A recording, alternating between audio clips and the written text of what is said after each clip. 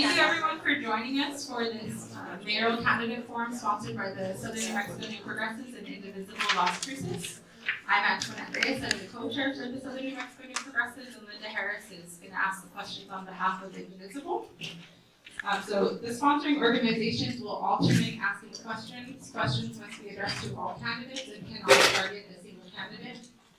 Each candidate will be given 2 minutes to answer questions and 1.5 minutes for closing statements.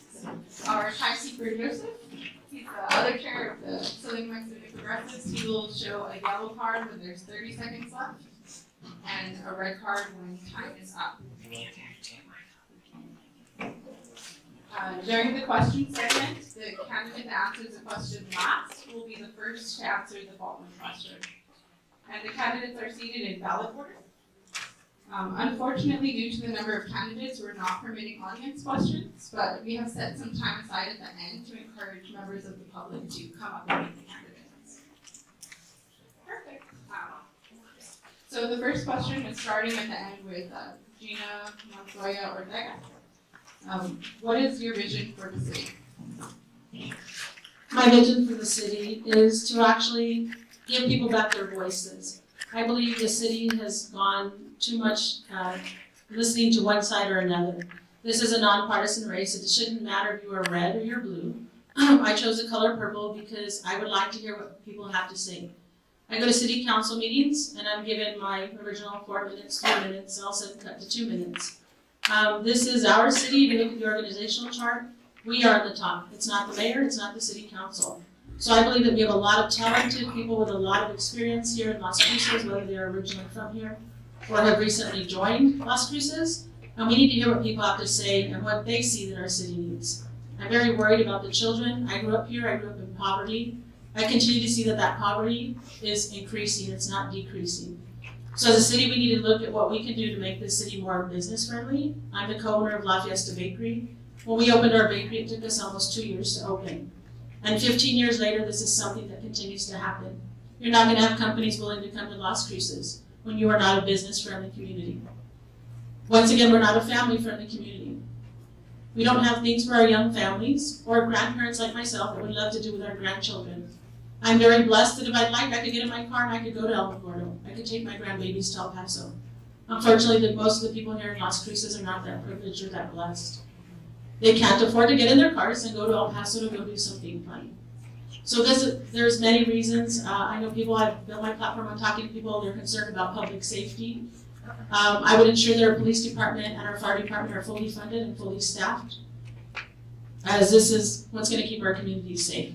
So I'm here to actually give people back their voices, hear what people have to say, whether or not I like it, whether or not I don't like it, because at one point or another, either the Reds are going to have to put their tail between their legs, or the Blues are going to have to put their tail between their legs. But as long as it's moving this community forward, it shouldn't matter. Thanks for having us. And then Mayor can communicate. I forgot to mention before, if any of the times would like me to repeat the question before you ask.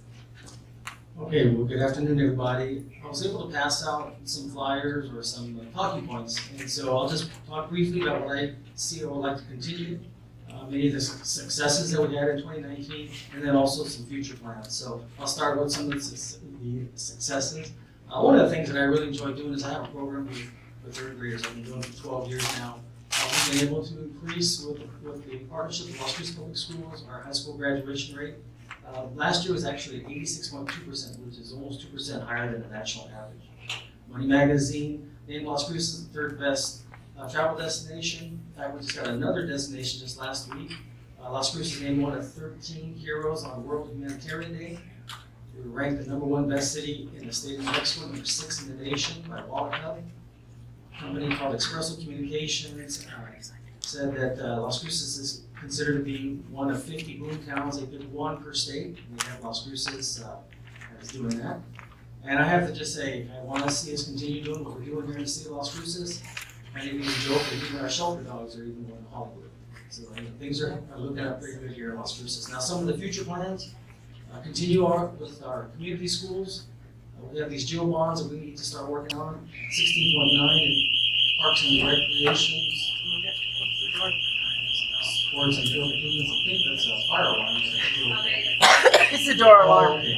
What is that you opened? $90 million for an animal shelter, 6.2 for a fire station, 2.7 for a new walking trail, which once we complete that, we'll have a complete loop around the city.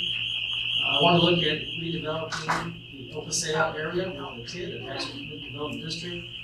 Also with Amarillo Proximal, we want to do that, the skate park for our kids, and also develop the land across from Mountain View Regional Medical Center with land that we recently acquired from the city of Alfred.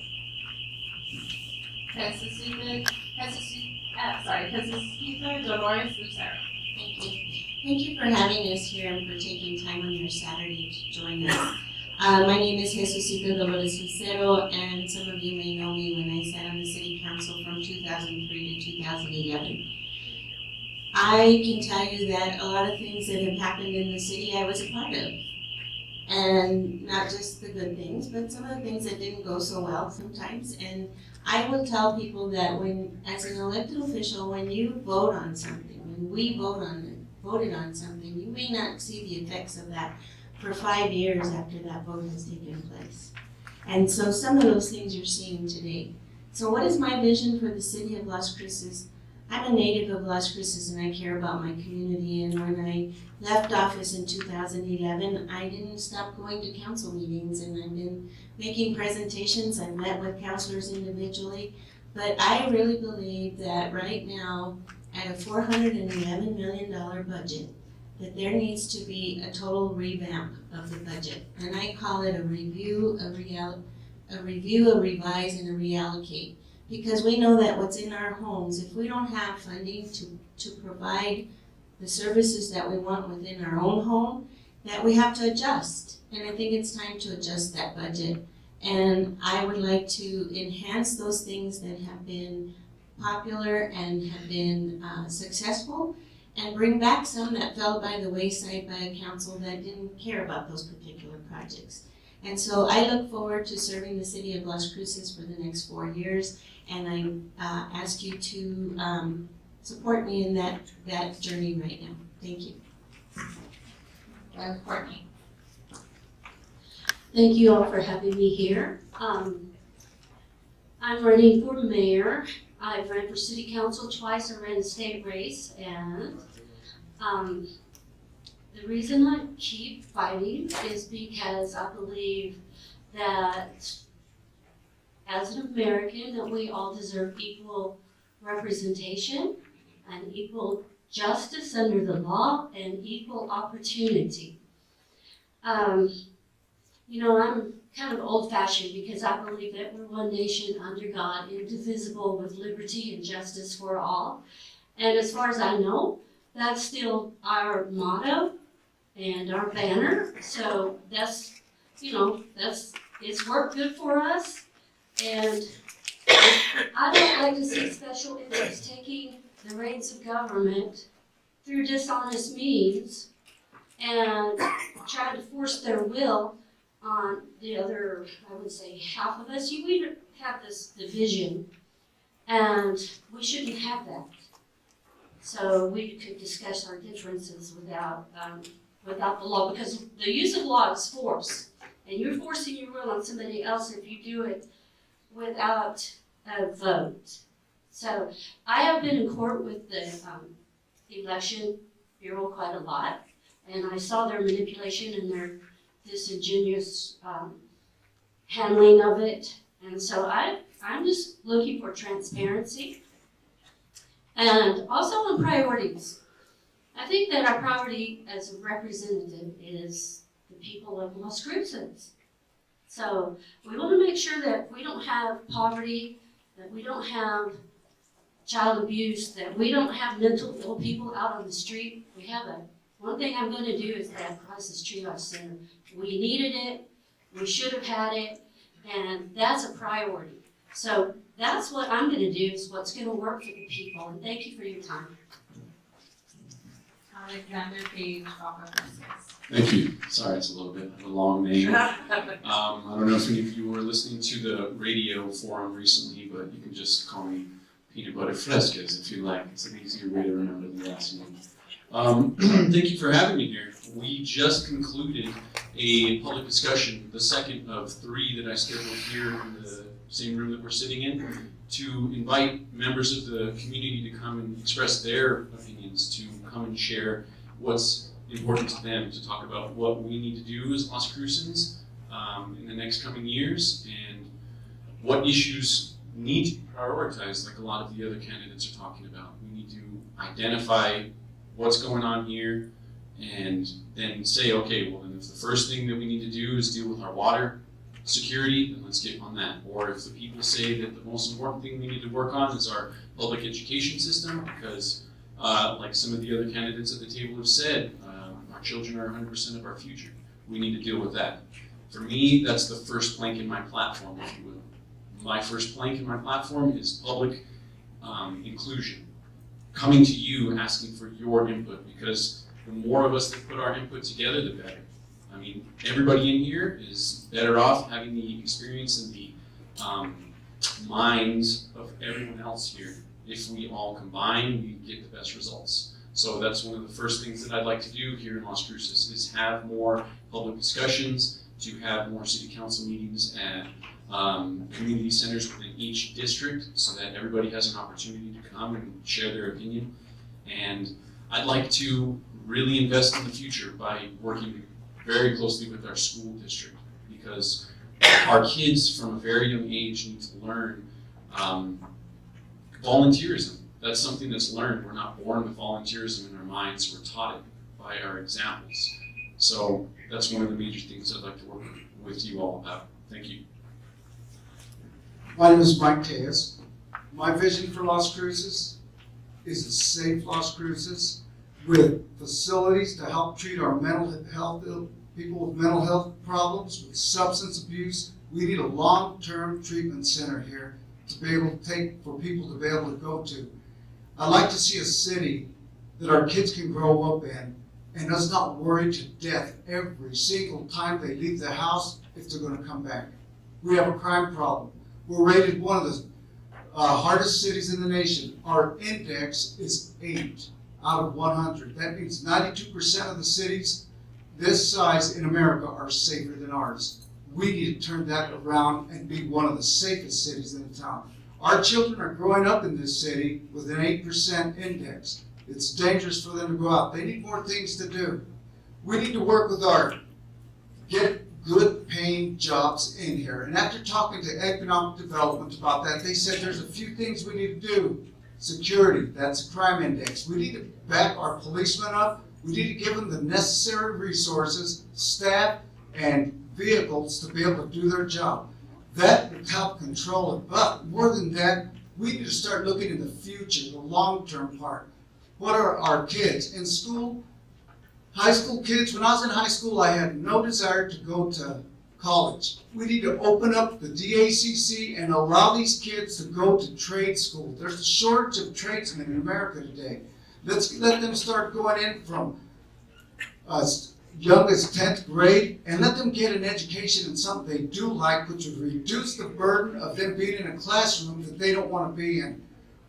We need to look at security, education, and healthcare. Those 3 things right there will go a long ways. 92% of the crime in this city is drug related. That's where substance abuse comes in. 50% of substance abuse is mental health. That's where long-term mental health comes in. Thank you.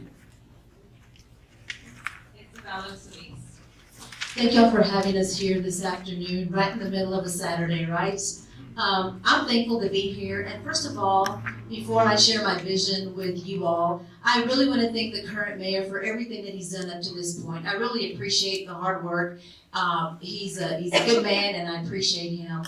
But my vision is completely the opposite direction of what the city's been going in. So what I see is that we have a big government, no business. We've had 40 businesses that have closed down. And so I feel like we need to have a balanced government. The reason I decided to run for office was because as I began to talk to people, they said that we need some help with the small businesses. They're all closing. And so that became a burden in my heart, so I was inspired to see what we could do to make it different. So my vision is to be able to grow the small businesses, to be able to provide support, to see what organizations like SBDC, how they can, help those small businesses begin to grow. The other thing that I like to see in my vision is to be able to turn that around as well, but also to be able to look at the employees of this city and, maybe perhaps review their salaries. What is it that needs to be done? Are they being paid fairly? Let's look at that, And what is the management process that's taking place at City Hall right now? I like to be able to take that into consideration, and I'm not saying that it's being mismanaged in any way, shape, or form, but I like to just see what can we make different, how can we improve that? Because we can always take something and improve it. There are no new ideas, we're just taking old ideas and making them new. And the other thing is law enforcement. To me, it's important that we have law enforcement and really be keen on that, because law enforcement is what protects our city and protects our citizens. And I believe that our citizens deserve to be protected. And so that's my vision for this city. Thank you. In a nutshell. Thank you. And thank you all for joining us here this afternoon. Vision is one of the central pieces of my platform. And what we're looking forward to in Las Cruces is a place where we all want to be and where the people who come after us want to be. As opposed to simply saying, okay, this is wrong or something else needs to change. We need to be looking at what makes this a city where we want to be. We want to be here, most of us. What is going to continue to make us want to be here? So I look at the kinds of things when we're talking about historic preservation. I'm actually wearing a tie my wife got for me in Charleston, North Carolina. They have a great historic preservation program. Why is historic preservation important? It's basically the foundation upon which we build our future. We're looking at what did the people do before us? What are the things that are in place here? What are the different cultures and things that make Las Cruces uniquely wonderful? How do we continue to honor those things as well as recognize our past and build on that for our future? I'm also the chair of the Partnership for Public Community Schools Board, looking at our education, how the city works with the Las Cruces Public Schools, with the Domiana Community College, with NMSU. How do we work with those entities and others to make sure that there are jobs for our young people, make sure that there are opportunities here for the people who want to come here, for the people who want to be in Las Cruces. So my vision for the future is basically, we're happy to be here, and we will continue to be happy to be here. We will feel safe here. We will feel like this is a place where we are all respected and where we all have opportunities. So that's a short version of my vision for the future. Thank you. George Sanchez. Hello everyone, my name is Jorge Sanchez. I'm running for mayor. I know I look young, and the reason I'm running for mayor is because when you say, what is our vision? That vision is going to affect my generation the most. Everything we do today is going to affect my tomorrow.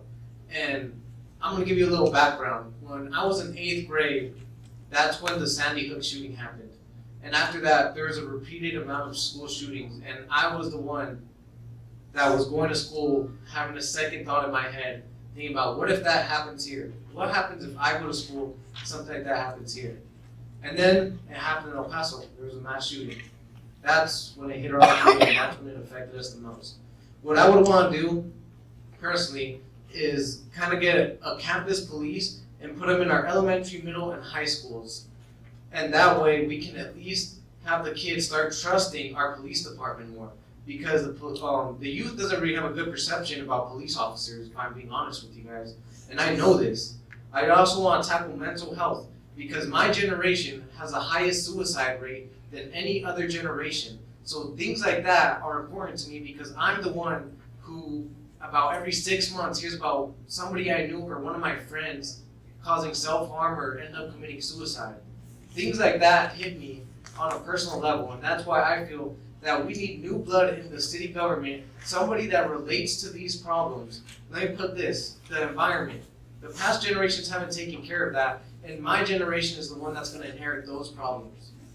My generation is the ones that we're the ones that are going to deal with everything that hasn't been done correctly in the past. We're the ones dealing with this, so I felt like I had to run for mayor because I had to put my foot down, and we have to use our voice and make a change now.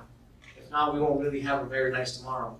So my vision is that the youth will start getting more involved in the city government, and we will make a change for the better. So just as a preface, so The next question's gonna begin with Jorge, and then it's gonna go to Gina. And then, the first round, I had said their names just to help people if you might not be able to see their thing, but going forward, we're not gonna do that. So the next question is, Linda. And a lot of these questions, were submitted by members of Indivisible, and so these are not my personal, questions. Although I do have some if we have time. But one that's been in the paper and is on everyone's mind is the recent and continuing, construction that has hurt many local businesses. In some cases, they've had to shut down. These businesses create local character and they help define our city. And to lose them would invite more cookie cutter types of businesses. What would you do to help preserve the local character of our business? Me personally, what I feel like is, I'm not sure if the city government does this or not, but we need to give these construction companies deadlines. Because a lot of them just take way too long to finish these roads. I mean, look at Main Street. That was probably since I was 7 years old till about like 2 years ago, they finished it. We need to start giving them deadlines and kind of putting our foot down and being harder on these construction companies. Because I feel like we're being way too lenient with them, but not lenient enough with the businesses and with the people here in Las Cruces. Thank you.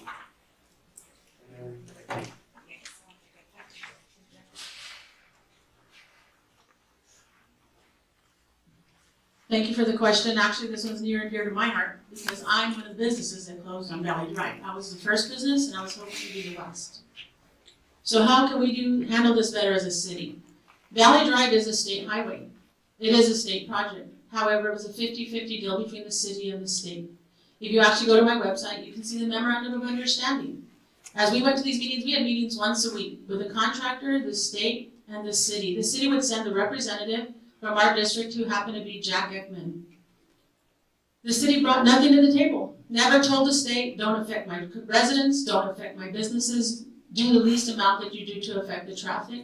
So how do we do that? As your mayor, as your city councilman, you should have been there the one advocating, not me coming to these meetings and screaming, begging, pleading, crying. The only thing I didn't do was sock anybody in the face, but let me tell you, I was really close to doing that. Because you know what? They ripped the carpet right up from under my feet.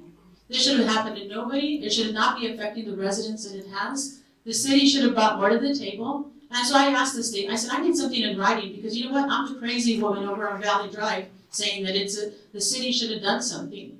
Well, the memorandum does state that the city and the state had a 50-50 say-so. The state had the ultimate decision, but the city brought nothing to the table. The contractor came, was very honest and open. When it was time to throw the city under the bus, he threw them under the bus. When it was time to throw the state under the bus, he threw the state under the bus. And when it was time for him to get under the bus, he got under the bus. Didn't have a problem doing that. So this is something that our city should have done. Unfortunately, the city councilman that was representing our district, the comment that he had, and it's a recorded conversation, is everybody wants to get to heaven, but nobody's willing to die. My comment was, why don't you take the rest of your city council, and you take that mayor of yours, and why don't you all die, go to heaven, and come back and tell us how wonderful it is. Once again, this is a city project. It's a state project in the middle of our city, and we need better representation. Someone that doesn't have a problem to getting into somebody's face and saying, hey, take care of my people. Okay, so the project was, let me just say, Valley Drive, North Main, Lowman, those are all actually state highways. So when you see that road work being done, it's done by the state. The project on Valley, that was a state project, what the city was doing, so when they're opening up the street, the city goes in and redoes the utility lines. I mean, they're in and out, so it's not that long, so I have to be very candid with you and correct that it's not a 50-50 deal. It's strictly, we're there to just replace the gas lines, utility lines, water lines, whatever we can do. If the street's open, why not do it? So, one of the things that, there was two businesses that I'd heard when I went to one of their meetings, the Shed, as well as Strikers, the indoor shooting range. So what we were able to do, the city, we can't individually help a business, but we'll advertise different routes to get to various businesses. Strikers, we were able to open up a relief route just to help with them. I mean, we recognize the seriousness and the implications it puts on local businesses. We're trying to work with them. Sometimes I guess they just, things mess up, and we do the best we can to help get them along. But again, we're not involved in the day-to-day operation of that road. One of the things that I was able to do, now this started under the previous governor, gubernatorial administration, so I called this governor, Michelle Lujan Grisham. She was actually able to advance monies to get the process moving quicker. Sorry, so I'm gonna read the question one more time just because, Valley wasn't necessarily the focus, but it's great that you guys have mentioned that one. Just to kind of go back a little bit, so how would you work to preserve the local character of businesses? So it did include some bit about the construction, but also how to help. Can I have 2 more minutes? Or another minute. We'll go back a minute. Sorry. Well, this is one of the challenges that we're seeing. You're seeing a lot of times businesses now are doing over the internet, and unfortunately, it's hurting a lot of brick and mortar businesses. And so, fortunately, the state passed a law that now is requiring online businesses to charge their respective gross receipts tax, and because that's how the city survives. Earlier it was mentioned that we had a $4 million budget. Yes, we do, but that includes our enterprise zone, which includes utilities. Our actual operating budget's about $100 million, and a lot of that we get from gross receipts tax. So if everyone buys things online and doesn't give back to the city, it's going to shrink. And so it's important that we recognize those businesses, we understand and we work with them and try to do the best we can. That's why we implemented a business concierge to help navigate those that are opening up a business so they can get that building permit. We're also looking at the one-stop shop to expedite those permits that they're trying to get through, as well as we implemented about a $500,000 new system. So when we bring in plans, the contractors, the city, and everyone can see the comments on real time. Thank you. When I was speaking earlier about you don't know the effects of a vote until 5 years, 10 years later, well, all of this road construction is that effect. And it is correct, but there are deadlines and with those contractors. And so I'm just going to briefly tell you that there are deadlines and there's penalties for not meeting the deadlines. And there's penalties on both sides. There's also a prompt payment penalty that is a problem. But when you talk about local character of business, I was a small business owner at Royal Plaza and 11 years. And running retail is difficult in any case and any place. And I had a good product and I bought a business that was 10 years old and was able to sustain it for 11 more years. Loman went under construction when I was in that business, and we had to readjust and redo, and we survived it, thank God. But the local character of business, the city of Las Cruces in the CAFR was, I'm going to use the word cited, but it's an audit on the CAFR is the comprehensive annual report, that $800,000 was misappropriated to clean up weeds in the city. They called it the Weed It program. The city was cleaning up weeds that didn't need to be done. That $800,000, if you wanted to help business, clean up the rest of the city, because the weeds are going to grow back, and clean up the rest of the city that makes it attractive to our visitors, makes it attractive to those businesses that are looking to whether they want to be in Las Cruces, and making a beautiful city. And I compliment what happened downtown with the TID. I was part of that council that approved that TID. And it's now time for the city to step back, quit putting more regulations into the downtown area, and let businesses come in and decide what they want to do for business. It's not the government's role to take care of that. Thank you. Okay, if I were your mayor, I would be your best lobbyist, because I'm going to be representing you and your business community. So one thing that I'm good at is looking at plans and looking at consequences. So well-laid plans would be a start, and I'm no expert on that, but I would get as many experts as I could round up and have them all look at the plan and look at the pitfalls and look at the you know, A and B and C. This is the best, and why it's the best. B is the, you know, second best, and why is that? So, you know, consequences can be very, you have to have a little bit of a long-range view. So, responsibility as far as that construction on Valley that we've already all talked about. But at the same time, I think that business owners having that 1 year advance notice that this was about to take place also had a responsibility to say, how am I going to make my business work? What strategies do I need to be able to get business or customers to keep coming? And so some of those things that it also lies on the business person as well. I don't want to say it's all the city's fault and all the business owners' fault, but I mean, there has to be a compromise, and I think that there needs to be more communication as far as all those plans go. We've all talked about it. I think that it would have been a better project, you know, at nighttime, you know, and we've already seen, you know, that they do it in other places, which is more effective. But to just blame the city or the state, we also have a responsibility. And I did hear one person say one time, when you see those orange cones out, or those orange barrels out there, we should be thankful that something is taking place in our city, that there's something that's going on, that we're getting a new street. I mean, Valley's gonna look great, right, after it's all done, and we've all complained about it. I complain too, all the time. And so it's gonna look great, so that means that there's life. Because I heard a gentleman say, we went from 100,000 people in our community, and we were happy when we saw the orange barrels, but all of a sudden, businesses went to Mexico, and we went down to 40,000, you know, in population. So we have to take the good with the bad, and at the same time, how can we communicate and make our community better? Also, how can we get businessmen to invest downtown by the plaza? That is one of the questions that I've been asking. What is it going to take for businessmen in our community to invest and, you know, their money in those small businesses around there to grow our community? So thank you. Thank you. One point I want to make is that the mayor is one vote on a council of 7, and the council makes the policy. So when you talk about the votes that we have to make some of these things happen, whoever is mayor is going to have one vote. However, part of the power of having that office is the influence, is the setting the tone, is the advocacy that a person in that role can take. And one of the things that we have been talking about here today is the unique character of Las Cruces.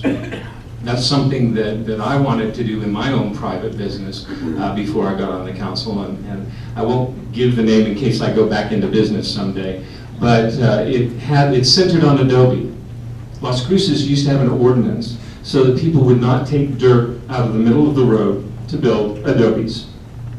That's part of our unique character and part of the historic preservation aspect of what we have been talking about. I see people in the audience who live in Adobe homes not too far from downtown. But as we go forward, as we advocate for the unique character of Las Cruces, the small businesses that really are the heart and soul of what we're trying to do here, we have to look at things that are going to help them stay in business, help them be successful. One of the things I did as a city councilor was advocate for signage to help us get to the places that are being impacted by the construction. And you will see those signs, even though it's a state project, for businesses on Valley. We were originally told, because of the anti-donation clause, we couldn't do that sort of thing. We couldn't do something that was going to benefit a business. I continued to press on that. That's the sort of thing I think we need to continue to do, is look at the ways that we can make sure that what we're doing does not have a negative impact, but does have a positive impact. So, the next question, starting with Brian. So some of your constituents believe that government should not intervene with the operation of free market forces. Others believe that sexism, racism, and classism are market forces that demand a government response. Where do you stand on this dilemma? Well, that is one of those dicey kind of issues, and we're going to always be able to step in the middle of those kinds of things and be able to make sure that somebody doesn't like what we've decided to do.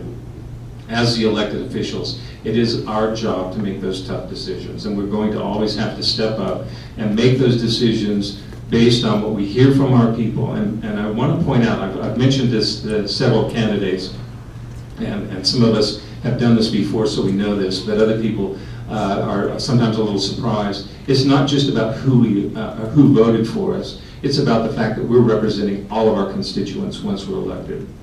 And so And we look at the diversity in Las Cruces, part of what's beautiful about Las Cruces. We have to make sure that we're advocating for all of our community, making sure that it is an accessible, fair, equitable community for all of our community, all of our people here. That's part of what I think we need to make sure we're doing.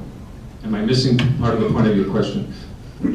A little bit, yes, but. Do you mind repeating it very quickly? So the question is, some of your constituents believe that government should not intervene with the operation of free market forces. Others believe that sexism, racism, and classism are market forces that demand a government response. So the point of the question was to kind of see where you lie, or if you are a combination of those two viewpoints. And back to that, I think first and foremost, the city has to set an example. We have to be an example of making sure that we're not discriminatory in any of those ways. And then we have to look for the fairest ways to make sure that our community follows that example. And sometimes that's going to be by law, and sometimes that's going to be by how we send our contracts out to people. So in the instance of, in some of those things where it might be, there might be resistance, we can simply say, well, city contracts will go to people who have, or businesses that have these competencies or these rights in place for their employees or the people they work with, making sure that we're setting the example, we're expecting that example of our contractors, and then in egregious situations, then perhaps passing the ordinances that make it possible. Thank you.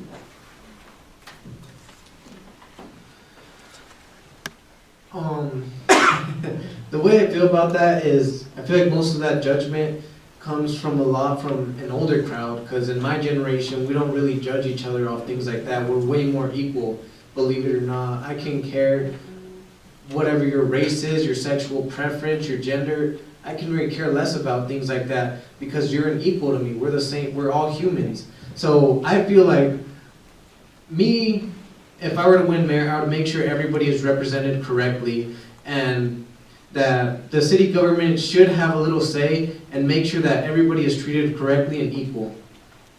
Keep it short.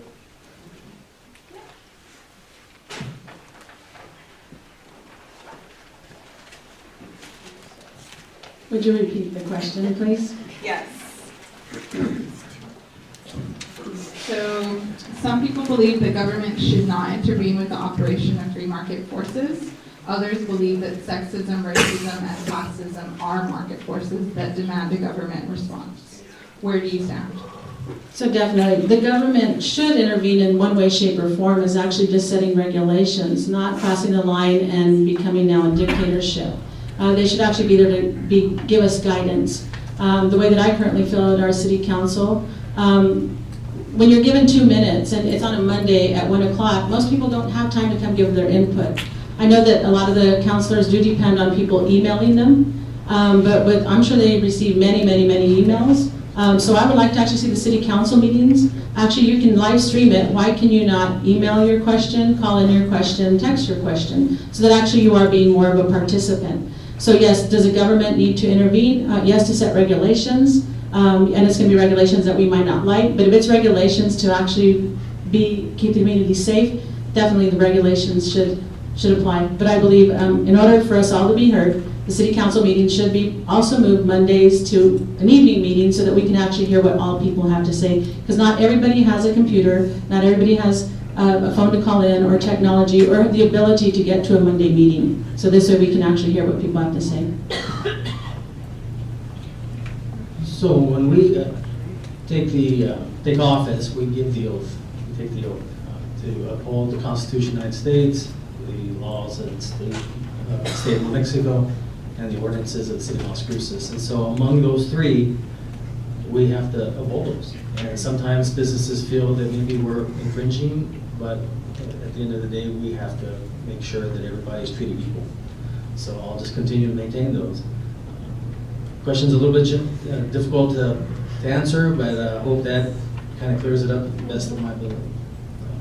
We've had situations that arise, and we just have to focus on the Constitution, or focus on the state law, or focus on our city ordinance, whichever it may be, and just move forward with that. One case in point was just last week, where we were residents who probably didn't want a development, but the developer also by themselves have their own rights, and fortunately we were able to strike a compromise.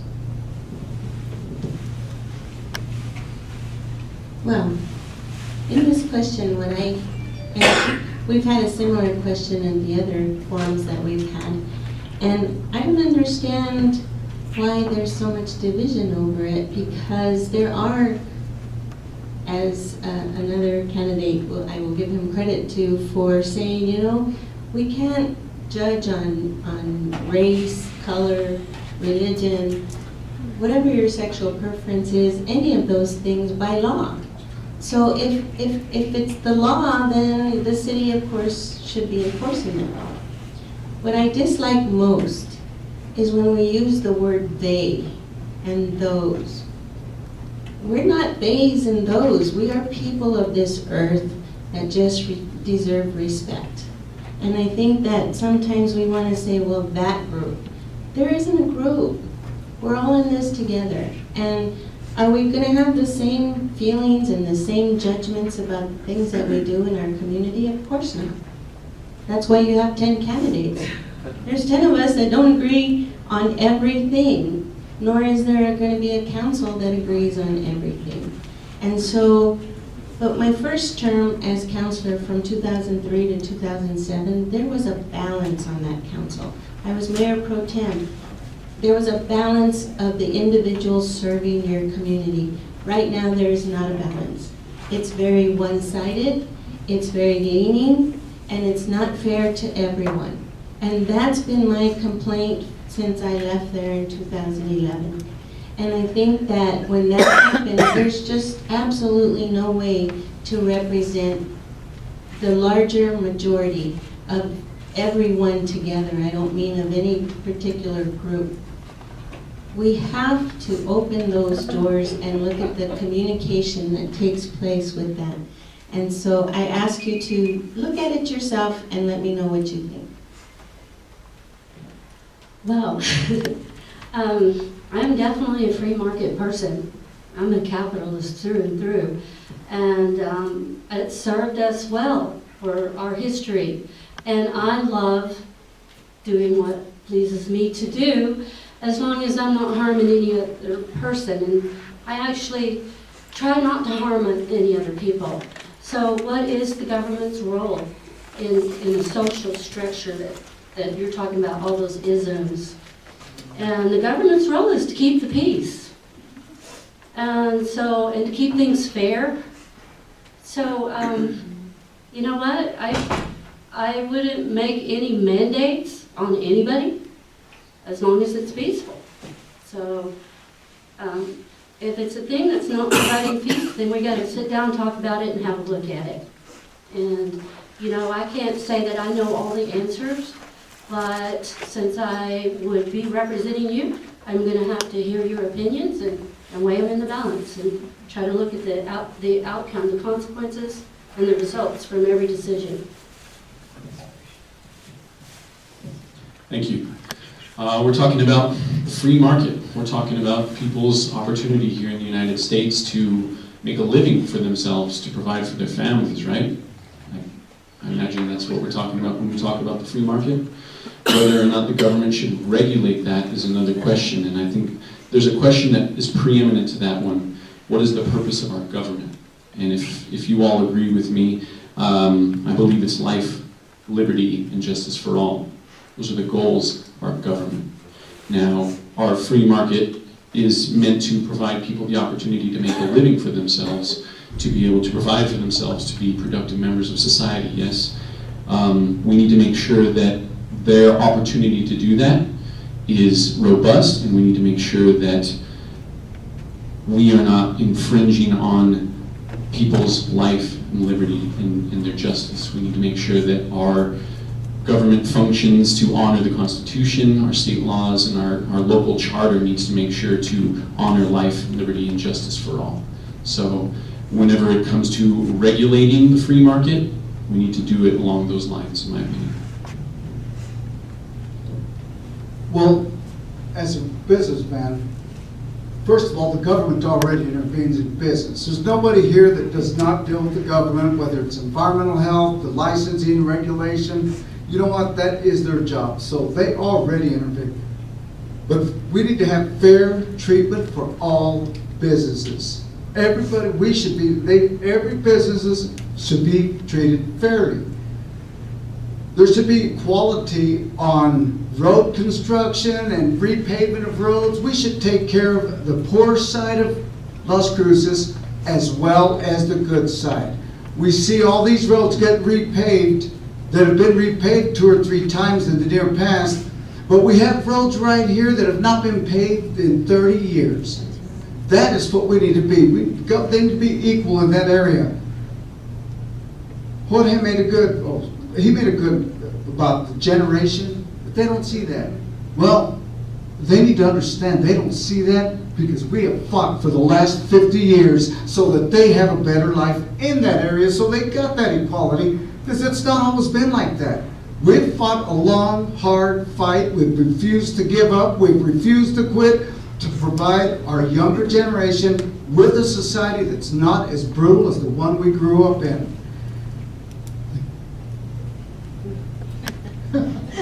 Okay.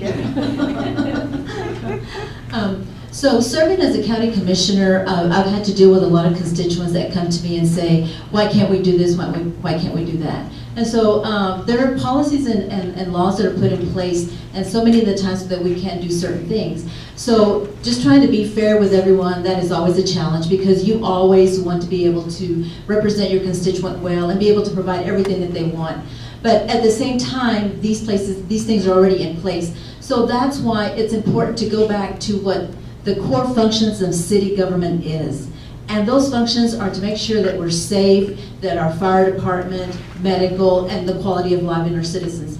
And not get so bogged down and involved in the constituents and the people that we serve, and put so many regulations and make it so hard for people to function or to bring their businesses on board. And so sometimes we put those tight ropes where we're practically just pushing the people back. So I don't think that we need to discriminate in any way, shape, or form, but welcome all ideas. There's so many people with ingenuity, great thoughts, great ideas, that we should be able to be moving forward and not backwards. And yes, government can be restrictive, but there's policies and laws in place that prohibit some of that. But at the same time, we need to understand, and we need to really have those discussions, what would work best, and how can we change that policy? How can we fix that regulation? What are some of the things that we need to do to make it work for everyone? And I believe that we need to learn that we need to work with one another. It does not matter race, creed, or any of that. We're all human beings. Thank you.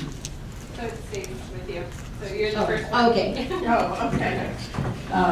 This is somewhat related. This is more in line with if the law is already in place with the city for non-discrimination, and the city has had to pay wrongful termination suits.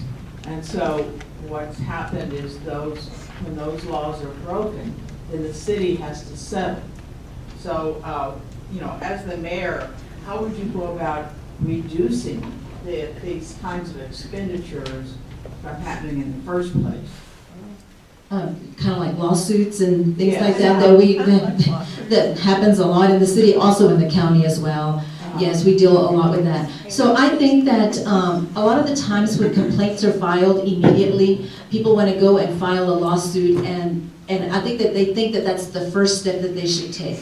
I think we need to have mediation. I think we need to have that discussion. How can we discuss and talk about this problem, and how can we mediate? How can we fix it? We should start there before we just go straight to just file a lawsuit. And to me, I think that people don't want that because they want that lawsuit. And sometimes when I look at some of the lawsuits at the county, it's kind of like even the whistleblower, that is so easy. People, now you can't even sneeze, because if you sneeze the wrong way, they file a lawsuit against you. So it's gotten that bad. So I think it's important that we begin to review those policies, and how can we incorporate a mediation team to be able to mediate these complaints before they get out of hand. Linda, thanks for the question. And certainly, as my neighbor here mentioned, we see those kinds of lawsuits happening at the city and at the county. And the leadership at the city is really one of those areas where we need to make sure that we're setting a tone, that we're setting an expectation, that we're clearly making it an understanding with our fellow councilors as well as the people who work for us that that's not going to be tolerated. If somehow a lawsuit occurs that isn't based on that somehow is making a claim, then certainly we fight that based on what is correct or what is actually happened. But I think that also we know that oftentimes people shrug off or laugh off things that do happen, and they happen in the workplace. And so what we need to do is make sure that it's not a funny or laughing matter, that it is absolutely serious, that it is something that if we're in the wrong on that kind of situation, then we will make sure we rectify it. And that's something we should be making very clear at every level. So I think part of that is the advocacy role that I mentioned earlier that the mayor has, and that is the role, the tone, the expectation that we set on the council, that the council then passes on to the city manager as our only employee, then make sure that that is clear to all who work there, so that that does not repeat. And if it does happen, that it's very clear it was a mistake, it shouldn't happen again. Thank you. Yeah, I'm kind of on the other side on this one. I feel if you're wrongfully terminated, especially being judged based off your sexual preference, gender, or anything like that, race, anything, then you should sue the city. You gotta hold the city government accountable for what they do.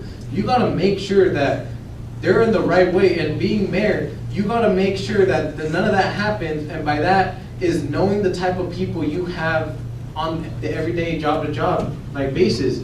We need to make sure that we have like just good type of people pretty much.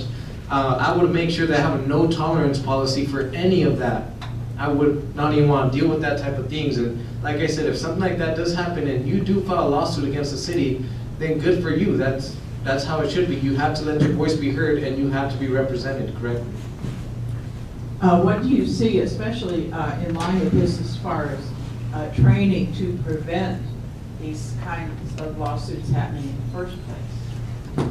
In terms of training, well, I'm gonna put it this way. I'm a real estate agent, and we took a 6-week training class, and one of the things that we went really deep on was the Fair Housing Act, which is you cannot discriminate anybody here in New Mexico based off their sexual preference, race, handicap, disabilities, things like that, sexual preference, everything. Like, you cannot judge anyone based on that, because it won't be your company that will be getting sued, it will be you as an individual that would be held accountable. So I would make sure that whenever they're doing their training, they will know if any of that happens, they are going to be the ones held accountable, not the city government.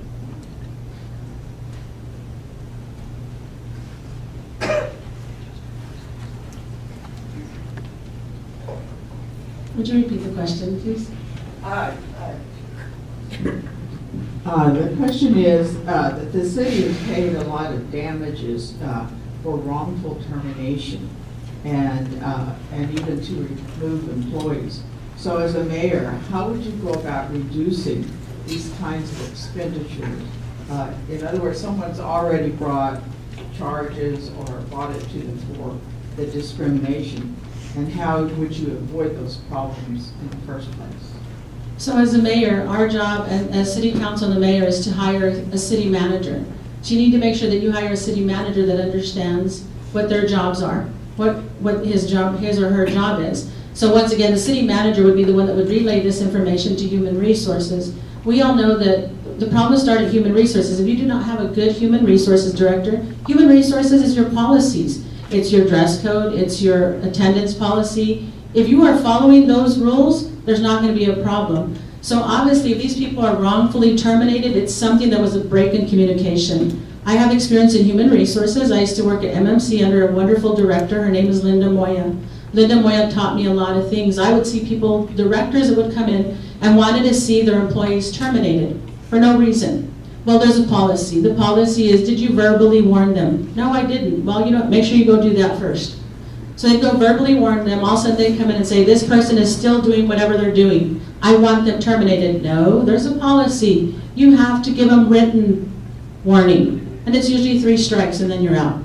There's a process, so you have to make sure that you as a city council, mayor included, you hire a city manager that knows that they need to talk to the human resources department and make sure that the policies are being followed. If the policies are being followed, there shouldn't be any lawsuits, or the number of lawsuits should be eliminated. Obviously, the lawsuits that are happening is because there was a break in communication in the Human Resources Department, that they obviously probably went in there and said, we want these people gone. You can't do that, there's a process, and we need to make sure that everyone that is there follows the rules. That's what the rules are there for in the process. So Human Resources is a vital, important measure to making sure that your policies are being followed.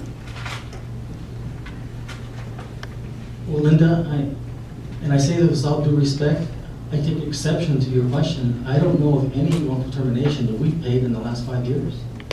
So, but I'll tell you this much. Now, we have paid other lawsuits, but I think you might have us confused with organizations because we have not. Let me tell you one thing that I really enjoy with Robert Garza, Stuart Eade.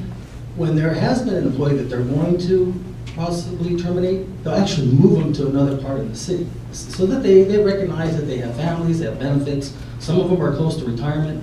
Sometimes they just move them, you know, I guess you could say, to just a completely different part of the city. But these two gentlemen, and even with Bill, I haven't seen this lately because he's just been interim, you know, they recognize that. They're good managers.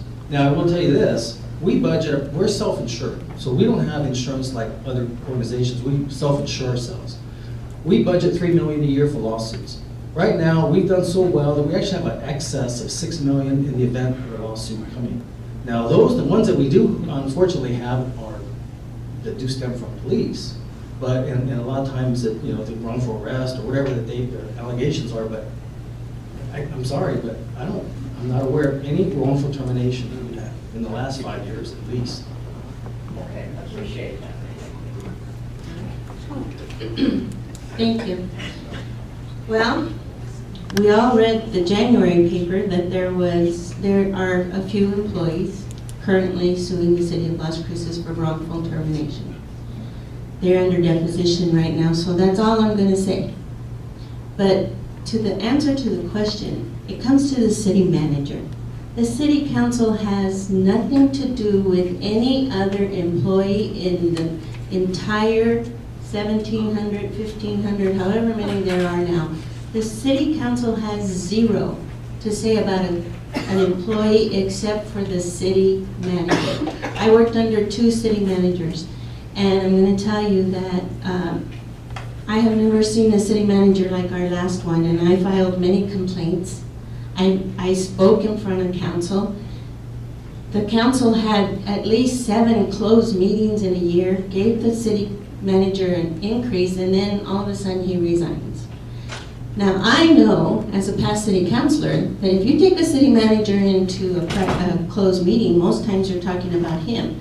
With Mr. Garza, we only met with him twice a year, once to review his evaluation and once to give him an increase in pay or adjust his salary in some way. So if you pulled a city manager into closed meetings that cannot be discussed, and I know they cannot be discussed, I don't want them discussed, but a city manager in 1 year, that tells me you had a city manager with some problems, and with that came some of these, whatever reason for lawsuits. As far as the whistleblower, I will protect the whistleblower until I die, because that was the law that allowed employees to come in and finally go up against management. And without the whistleblower, you silence the employee. You might move them to another department. What good did that do?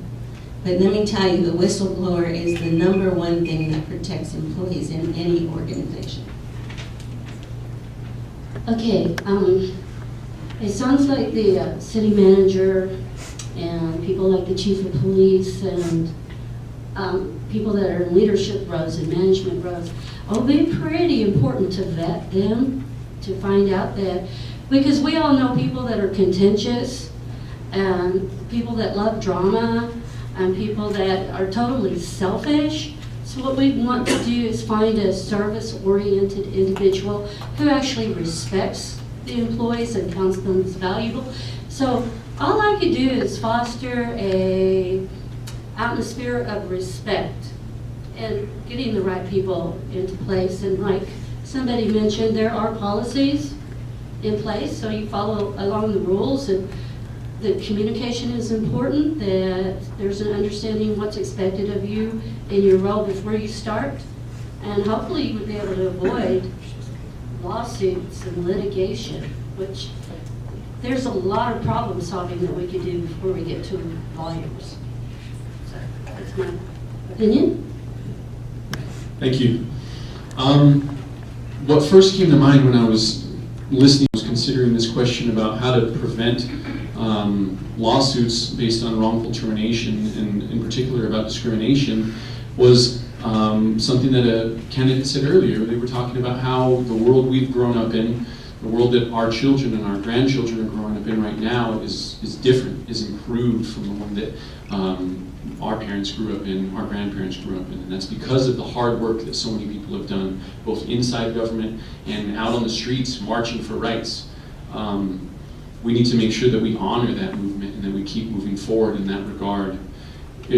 When it comes down to termination, that is something that is supposed to go through a process like other candidates were talking about. If somebody is not doing their job very well, and performance measures are a part of rightful termination, if people who are working for the city aren't following policies or are breaking certain rules, there should be a report of that. When I was working in the after-school program, when a kid would get in trouble, we didn't just say, "You're in trouble," and go sit down.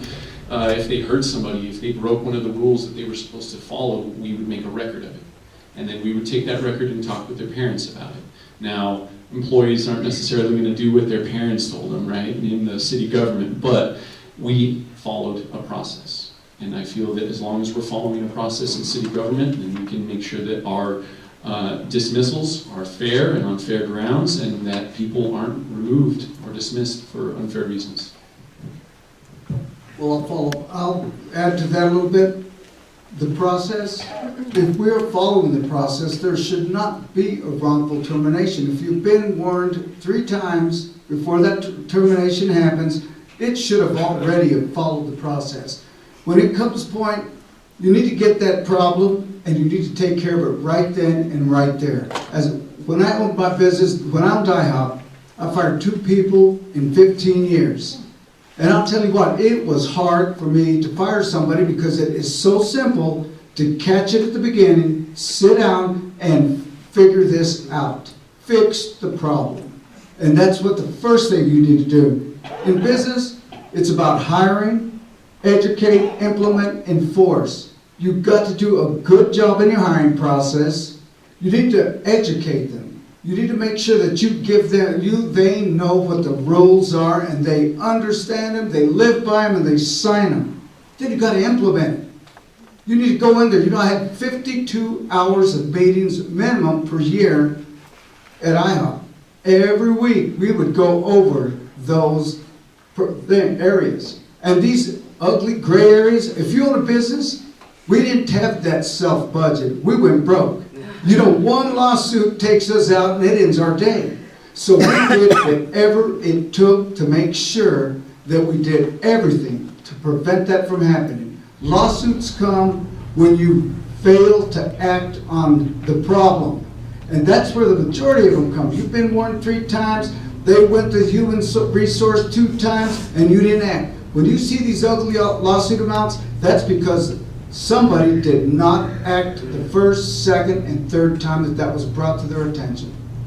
Thank you. So this is the last question before closing statements.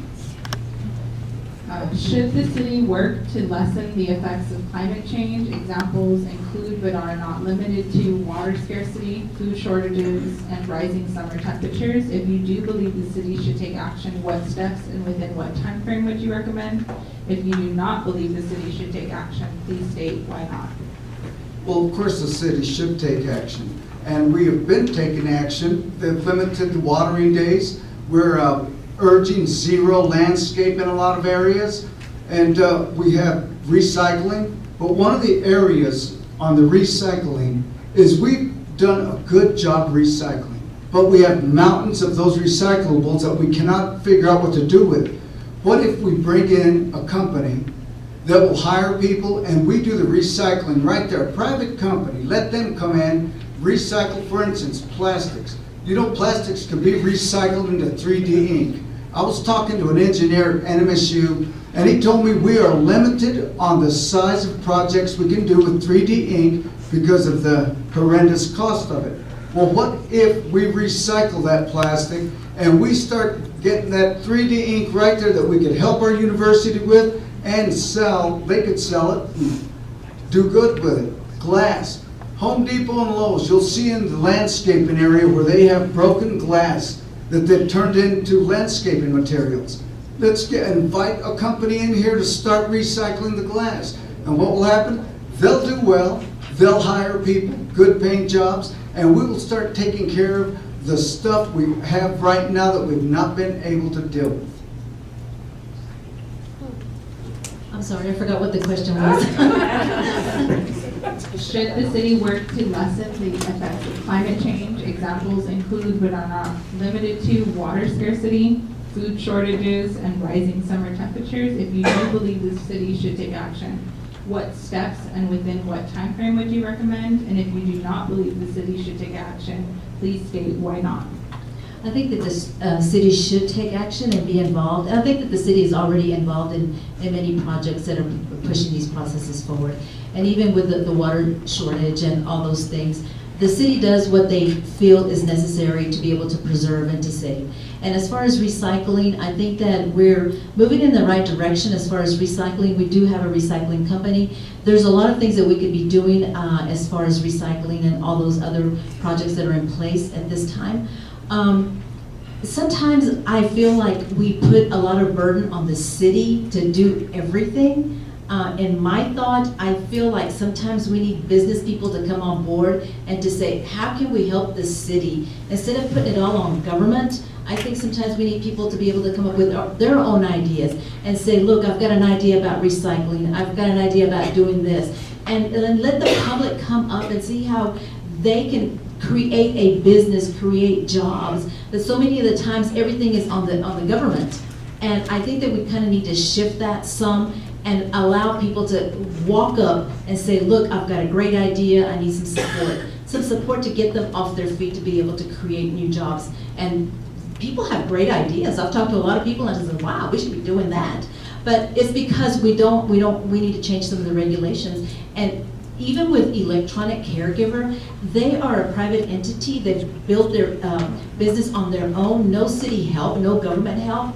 And so everybody feels like we need to go straight to the government to be able to implement and do certain things. I think that it's time for the public and the people to really stand up and say, look, we can do this. How can we help? Instead of how the city can help. Well, the city needs to set an example, and we've been doing that with the solar collectors, LED lights, a number of things that the city is already doing.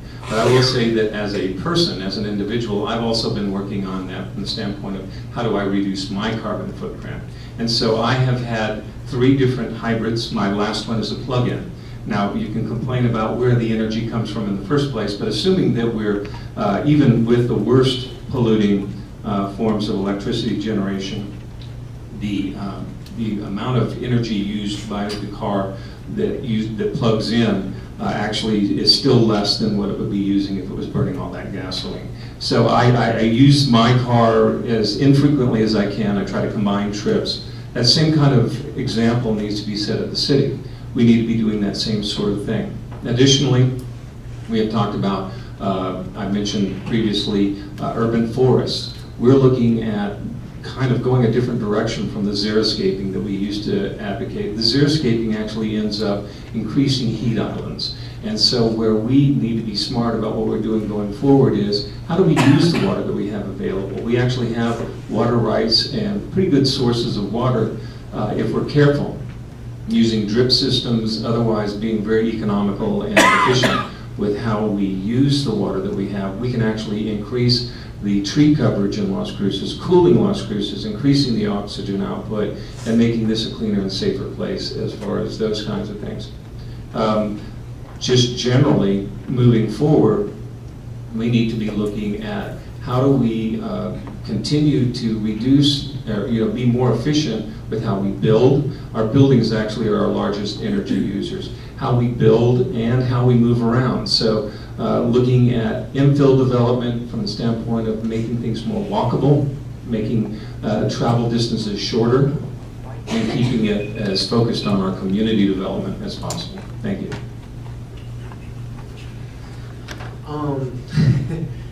So, being my age, I really wasn't an environmentalist by choice. I had to be one, being forced to be one pretty much. I don't know if y'all know this, but every year we kind of break the record for most days in Las Cruces that have hit over 100 degrees. Man, like, honestly, I miss the snow, being honest with y'all. And I feel like we can help in the city government, but we also have to move as a community and get things done at the community level and at the government level. So yes, we do have to set an example. Like Mike Tiz said, we need to start a better recycling program here. I was looking at some other places, like in Sweden, they literally burn their trash and they turn it into energy. We just throw it in landfills most of the time. That's not a good way to get things done. And if you look at it, if any of y'all go into the desert, it's polluted. We have an ecosystem out there as well. No one talked about the ocean being polluted until it was too late. We're gonna have the same problem with our deserts if we don't stop illegal dumping now, or we don't stop littering. We need to take charge now and get things done now. So as mayor, I would make sure that I'd have city workers and programs where we do clean the community up better.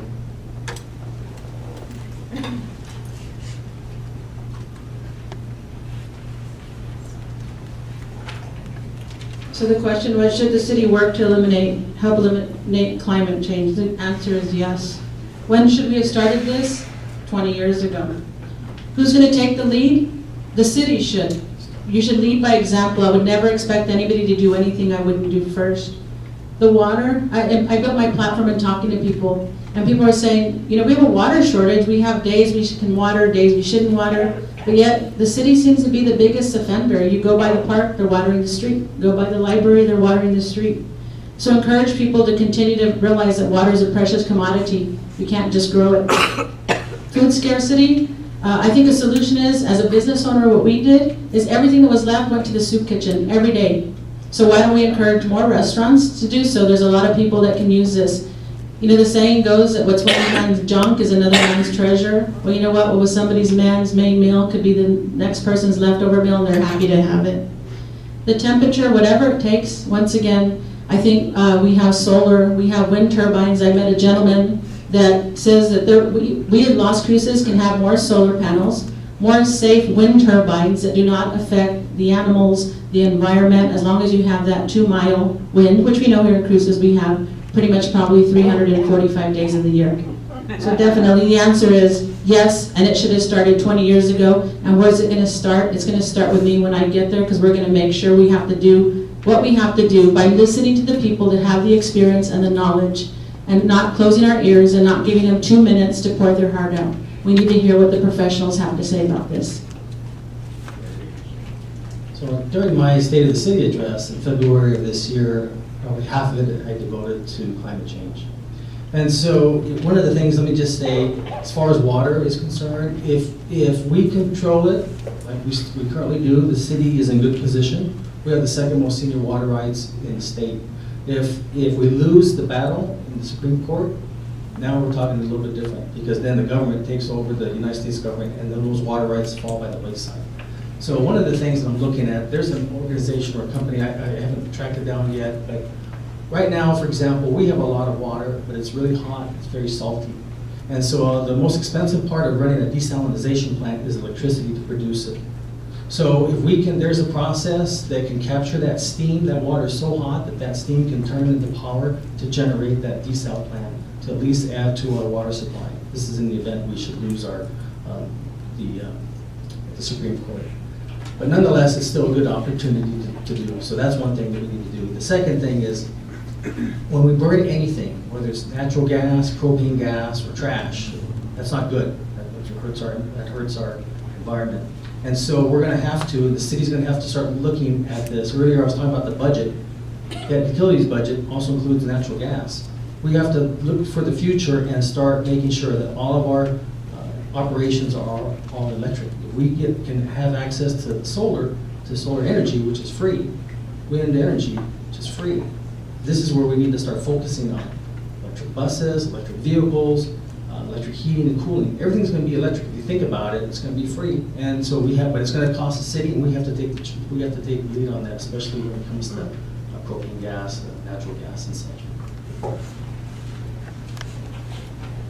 I think that the city has done a great job in the last 10 years in getting into solar panels, reducing our footprint, and they are a good example because we have companies that came here and now one has moved out, came in and put up a lot of solar panels, did a great job, great entrepreneur, made a lot of money, and now that market has kind of slowed down, so he's moved on to the next city.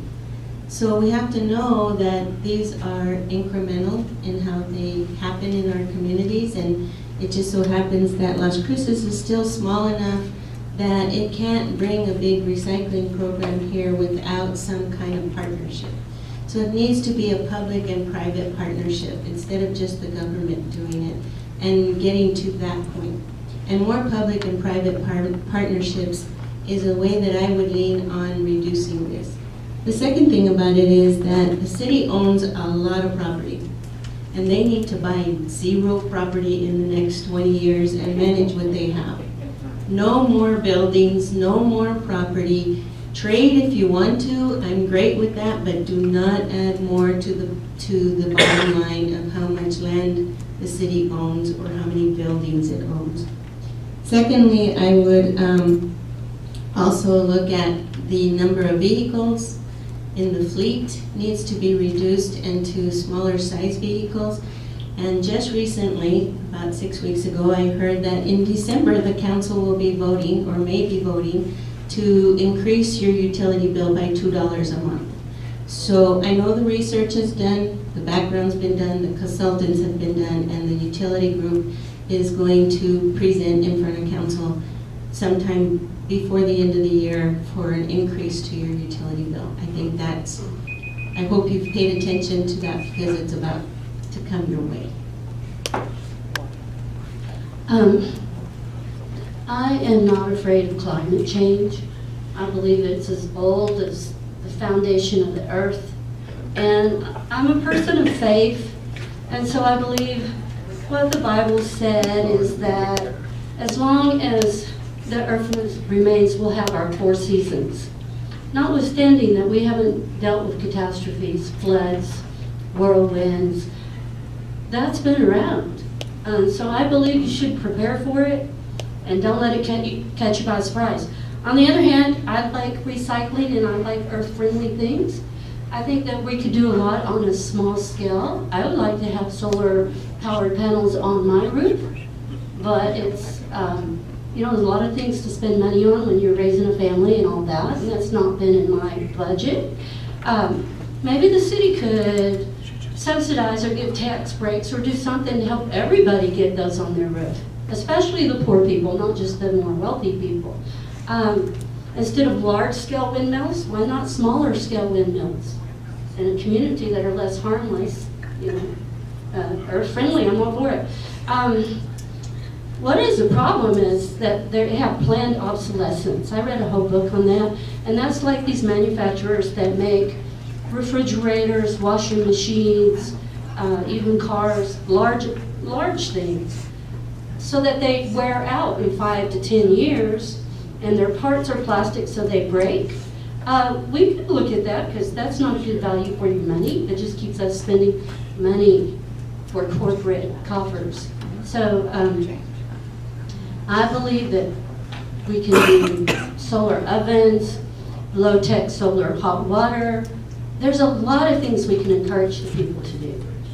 We should lead by example. I like the idea of green spaces in the community. Desert plants actually provide shade, take very little butter, and we'll make a beautiful place. Hear, hear. Everybody cares about it. Everybody's going to be affected by it. It's the trial of our times, in my opinion. We can talk about any one of these other small issues, but every single one of the issues that we're going to be facing, that we're going to be working on and dealing with, dovetails with this one. They're all connected to our planet, to our ability to sustain our lives upon it. And the best way that we can do that is by referring to the wisdom of our elders. In the Depression era, people grew their own gardens because they didn't have money. They couldn't buy their own food. In World War II, the government actually encouraged people to grow gardens with the Victory Gardens program. We can do something like that here in Las Cruces. We have tons and tons of grade A biomass that we can create garden throughout the city with. We can create our own local source of nutritious food. We can have our kids doing it in the schools more. They can learn what the value of a good, dirty job is, and they can learn what the delicious taste of a hand-grown tomato is. That's one way that we can do something about water scarcity affecting Las Cruces. Food scarcity affecting Las Cruces. Water is another one. We need water for everything. We're 70% water. And the pecan farmers, they absorb a lot of that water. They know that. They know that they have a hard road ahead. We need to make sure that we're in conversation with them so that, like any good business, they have a plan to reduce the amount of water that they're using, to potentially even reduce the amount of pecan trees that they have in their orchards, so that in the long run, when other pecan orchards all around the world are racing to use up all the water they have and get as much money out of their pecan groves, ours will be sustainable. And when those ones dry out because they used up all their water, ours will still be producing, and we'll still be able to have water and have pecans as well. As far as hotter temperatures are concerned, my little girl actually told me that it'd be a great idea to just get some water fountains out in the fields at the schools, because during PE, it's only 45 minutes they have to be out there. The teacher can't take them in because, you know, middle schoolers, they take 20 minutes to dawdle and talk. By just putting a water fountain outside, they can have water to drink, and they can be protected from heat exhaustion and heat stroke. Thank you. So we're beginning the closing statements with you, and then we'll keep going. So it was 1.5 minutes. Okay. Well, thank you. I really enjoyed being here to talk with you all, and I hope that I can invite you all out to come and talk with me and share your perspective, because I think it'd be great to hear from more people. The more of us that are included in the process, the more comprehensive our success can be. And the less of us included, well, who do we have to blame for those failures but ourselves by not getting involved? So the next meeting I have is going to be right here in the same room, October 26th, from 3:30 to 5:30. I'd love for you all to come out. I'd love for you to bring as many people as you can. Let's fill the place and have people standing in the halls. I'm going to continue to listen. I'm going to continue to engage with all of you. I hope that you reach out to me. I hope you invite me into your workplace, into your schools, into your places of prayer, because I know that we have to move forward together as a single community, as a family. Somos familia. So thank you very much, and have a good day. I've worked with the community for 19 years through the Dream Center, through various programs I had. I've knocked on thousands of doors in our humanitarian effort to take food out to people that needed it. I've talked to a lot of people, and I've seen a lot of things. I will go back to what I've been going back to over and over. We have a mental health crisis in our area. We have a substance abuse crisis in our area. You don't have to reach far to read where that is starting to devastate. We can no longer wait. We must find a way to get a long-term mental health facility, a long-term substance abuse facility. We need to take care of the problem at hand with our young people. I talked about economic development, and talking to economic development, they mentioned the crime. Well, if we can take care of mental health and drug, we've already heard from the Chief of Police that that'll take away 92% of it. I've talked about schools. If we can get our students into trade schools, that will help produce the workforce they need. What we need to do is we need to understand this is the most important election that we have. Not a state, not a federal, this one, because this one affects us right at our house. So I urge people to vote and get whoever you have to vote, and please teach them about that new voting system. My name is Isabella Solis, and I'm running for mayor of the city of Las Cruces because I believe that we need new leadership. As you well know, we have 9 candidates, so the city is looking for new leadership, new direction. I really believe that we need to begin to support our small businesses and get them back up to par where they belong and have a balanced government. Right now, the city right now is sustained by government only because we have no no small businesses.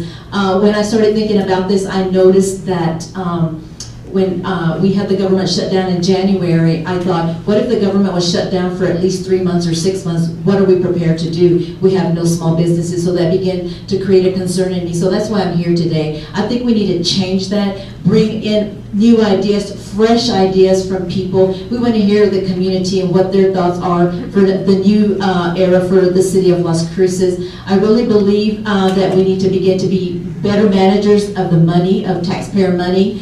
I also believe that the law enforcement is very crucial to protect our citizens, the quality of life in our city. My name is Isabella Solis, and I'm running for mayor of the city of Las Cruces. I would truly humbly appreciate your vote November 5th. Thank you. God bless you.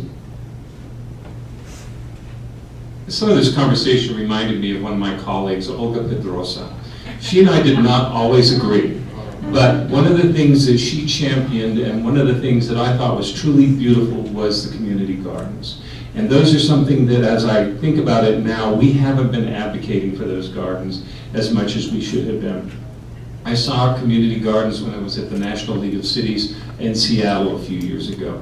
And one of the things that they said about their community gardens, and I think it's true of ours as well, is that this is a way for an older generation to pass on information to a new generation. Not simply how to garden, but also how to communicate on multiple levels, because oftentimes the conversations cover all kinds of things, not just gardening.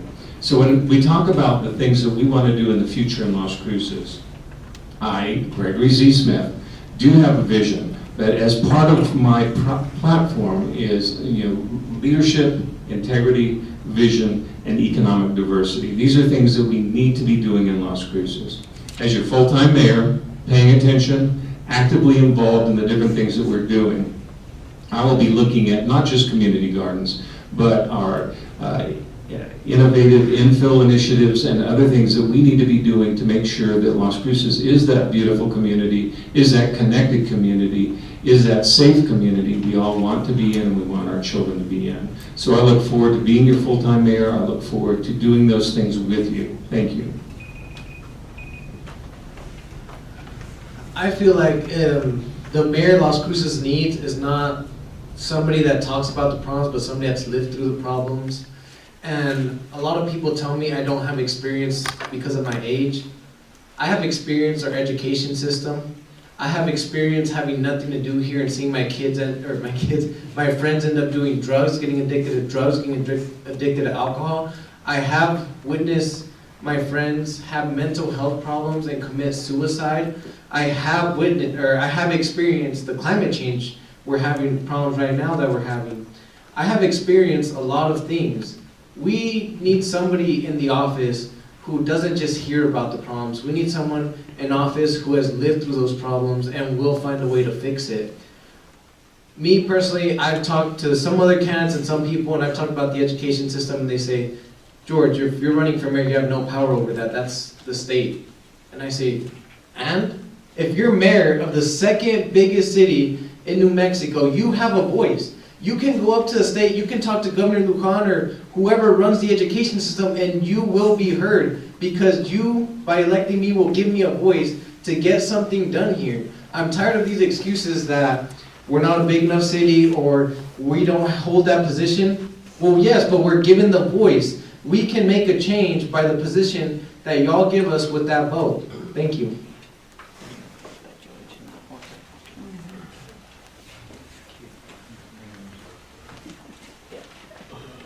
So once again, thank you for Indivisible for hosting this. Thank you for everyone for taking time out of your schedules on Saturday, which I'm sure you'd rather be out there enjoying this wonderful weather.